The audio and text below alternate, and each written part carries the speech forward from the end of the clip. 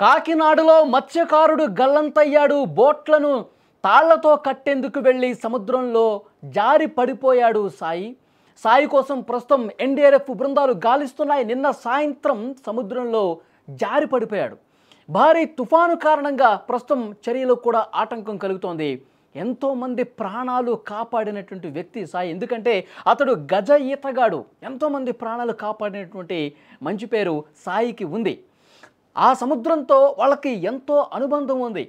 సముద్రమే వాళ్ళకి జీవనోపాధి. సముద్రాన్ని చూడందే, సముద్రం మీద ప్రయాణం చేయందే వాళ్ళకి పూట గడవనటువంటి పరిస్థితి. అలాంటి ఒక గజ ఈతగాడు ఎప్పుడూ కూడా సముద్రంలోనే ఉండేవాడు. గజ ఈతగాడు ఆ ప్రాంతంలో నీటితో చిక్కున్నటువంటి ఎంతోమంది ప్రాణాలను కూడా కాపాడిన పరిస్థితుంది. కానీ విధి ఆడినటువంటి వింత నాటకంలో అతడు ప్రమాదవశాత్తు సముద్రంలో జారి పడిపోయి సముద్రం లోపలికి ఆ అలలు లాక్కుని పోయినటువంటి పరిస్థితుంది. 2 రోజులు అవుతుంది. 2 రోజులు కావస్తున్నా ఇంతవరకు కూడా సాయి ఆచూకీ లభ్యం కాలేదు. కుటుంబ సభ్యులు కన్నీరు మున్నీరుగా వెలిపిస్తూ ఉన్నారు. సాయి జాడ ఎక్కడుంది? సముద్రం లోపలికి వెళ్ళిపోయినా సరే అతను గజయితగాడు కాబట్టి ఏదో రకంగా అతను ఒడ్డుకు చేరుకుంటాడని చెప్పి ఎంతో ఆశగా ఎదురు చూశారు కుటుంబ సభ్యులు. కానీ గంటలు గడుస్తున్నాయి. 48 గంటలకు చేరిపోతుంది. కానీ సాయి జాడ మాత్రం ఎక్కడా కనిపించినటువంటి పరిస్థితి ఉంది. కాకినాడ నగరం దుమ్మలపేటకు చెందినటువంటి గద్దేపల్లి సాయిరాం అనే యువకుడు నిన్న సాయంత్రం 4 గంటల సమయంలో కుంభాభిషేకం రేవు వద్ద అక్కడ ఉన్నటువంటి వాళ్ళ బోట్స్ ఏవైతే ఉన్నాయో వాటిని తాళ్లతో కట్టేందుకు వెళ్ళాడు. ఎందుకంటే సముద్రంలో విపరీతంగా అలలు చేస్తున్నాయి. మోంతా తుఫాను ప్రభావం చాలా స్పష్టంగా కనిపించింది. ఆ ప్రభావం దాటికి ఒక్కసారిగా రాకాసి అలలు ఉవ్వెత్తున ఎగిసి పడుతున్న పరిస్థితుంది. ఎందుకంటే కాకినాడకు అత్యంత సమీపంలో అంతర్వేది పాలనలో నరసాపురం వైపు ఈ తుఫాను దూసుకొస్తుంది కాబట్టి ఈ అలల ధాటికి రాకాశలలు అంతెత్తున ఎగసిపడుతూ ఉన్నాయి. మన బోట్లకు ఏమైనా ఇబ్బంది ఏర్పడుతుంది, మన బోట్లు తెగిపోయి లోపల సముద్రంలోకి కొట్టుకుపోతే మనకి జీవనోపాధి ఏముంటుందని చెప్పి అతను భావించాడు. ఆ బోట్లను జాగ్రత్త చేసుకుందామని, తనకు కూడు పెట్టేటటువంటి ఆ బోట్స్ని జాగ్రత్త చేసుకుందాం, భద్రపరుచుకుందాం, పదిలపరుచుకుందాం.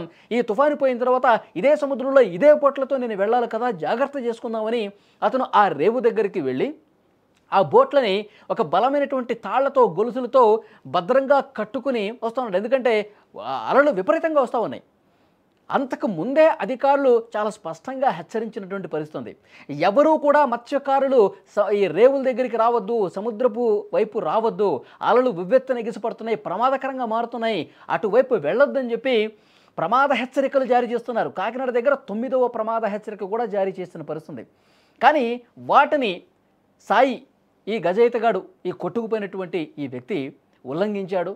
అధికారులు చెప్పినటువంటి ఆ ప్రమాద హెచ్చరికల్ని కూడా తోసిపుచ్చుతూ అతను ఆ రేవు దగ్గరికి వెళ్ళి, కుంభాభిషేకం రేవు దగ్గర తన బోట్స్ని కడుతున్నటువంటి క్రమంలో ఒక్కసారిగా వచ్చినటువంటి ఈ అలలనేవి ఆ ధాటికి, ఎందుకంటే విపరీతంగా గాళ్ళు కూడా వస్తున్నాయి, గాలులు చాలా బలంగా వస్తూ ఉన్నాయి. ఒకవైపు గాళ్ళు వస్తూ ఉన్నాయి, ఒకవైపు కెరటాలు ఉవ్వెత్తు నిగిసిపడుతున్నాయి.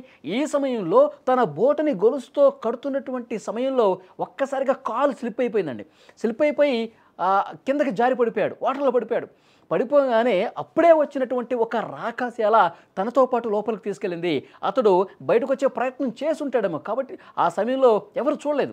బయటకు వచ్చే ప్రయత్నం చేస్తుంటాడు కానీ ఒక్క ఉదుటిన మళ్ళీ అల మీద అలా వచ్చేసరికి, దానికి తోడు గాలులు కూడా విపరీతంగా వీచేసరికి ఆటంకం ఏర్పడింది. అతను బయటకు రాలేనటువంటి ఒక ప్రమాదకర పరిస్థితి ఏర్పడింది.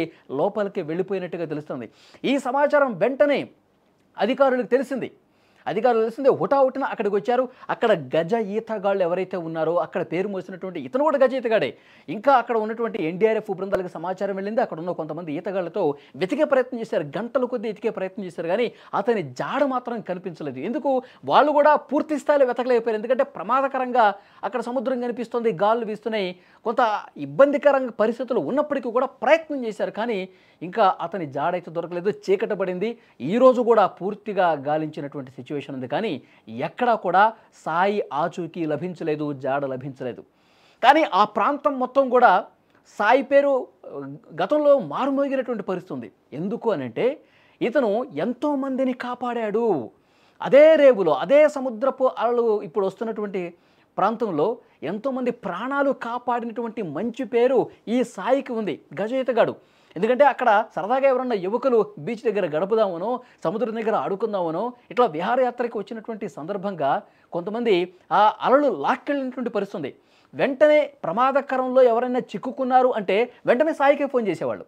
సాయికి ఫోన్ చేసి ఇక్కడ ఇట్లా ఒక అబ్బాయి ఇట్లా సముద్రం లాక్కెళ్ళిపోయింది, లోపల ఉన్నాడు, అతను కనిపిస్తున్నాడు, కొంచెం దూరంగా అతను బయటకు వచ్చే ప్రయత్నం చేస్తున్నాడని చెప్పి సమాచారం ఎవరైతే ఇచ్చారో హుటాహుటిన ముందు వెనక ఆలోచించకుండా వెంటనే దూకేవాడు, వెంటనే లోపలికంటా వెళ్ళి అతన్ని లాక్కొచ్చాడు.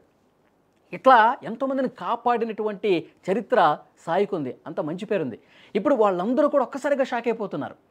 ఈ మోంతా తుపాను, ఈ దిక్కుమాలిన తుపాను మా సాయిని లాక్కెళ్ళిందా అంటూ వాళ్ళు ఆవేదన వ్యక్తం చేస్తున్నారు. కుటుంబ సభ్యులైతే కన్నీళ్లు పెట్టుకుంటూ రోధిస్తున్న పరిస్థితుంది. అతనితో మంచి అనుబంధం, తమ పిల్లల్ని కాపాడాడు సాయికి ఈరోజు ఈ విధంగా అయిందా అంటూ వాళ్ళందరూ కూడా కన్నీళ్లు పెట్టుకుంటూ రోధిస్తున్నటువంటి పరిస్థితుంది. మా బిడ్డల్ని కాపాడిన సాయి, నువ్వు మమ్మల్ని వదిలేసి వెళ్ళిపోయావా, ఎక్కడున్నావు సాయి అంటూ వాళ్ళంతా రోధిస్తున్న పరిస్థితుంది. అక్కడ స్థానికులు, మత్స్యకారులు అందరూ కూడా శోకంలో మునిగిపోయారు. అతను ఏదో ఒక మూల ఎటో ప్రాణాలతో బతికి ఉండాలని చెప్పి వాళ్ళందరూ కూడా కోరుకుంటా ఉన్నారు. కానీ ఎన్డీఆర్ఎఫ్ బృందాలు వెతుకుతూ ఉన్నాయి. అక్కడ రెస్క్యూ ఆపరేషన్ చేస్తున్నటువంటి అధికారులు కూడా స్పందిస్తూ ఉన్నారు. మా ప్రయత్నం మేము చేస్తూ ఉన్నాం, ఇంకా బృందాలు వెతుకుతానే ఉన్నాయి, కానీ అతని జాడ మాత్రం ఇంకా కనిపించలేదు.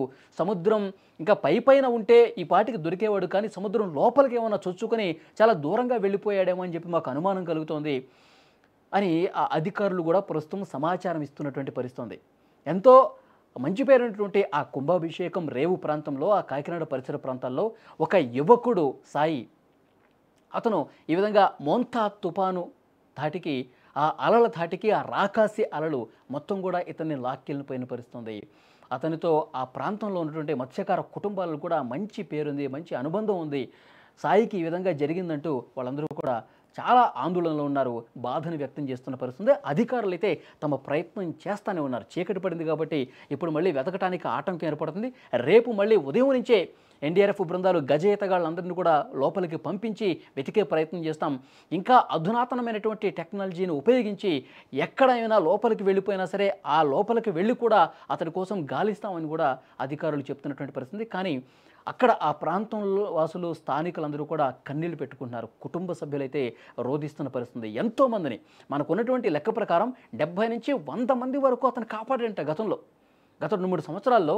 ఈ విధంగా ప్రమాదాల బారిన పడినటువంటి ఎంతోమందిని కాపాడిన గజ ఈతగాడు సాయి ఈరోజు అలల ధాటికి, ఈ మోంతా తుపాను ధాటికి, ఆ రాకాసి అలల రూపంలోనే అతను దూరమయ్యాడని చెప్పి కన్నీళ్లు పెట్టుకున్న పరిస్థితి.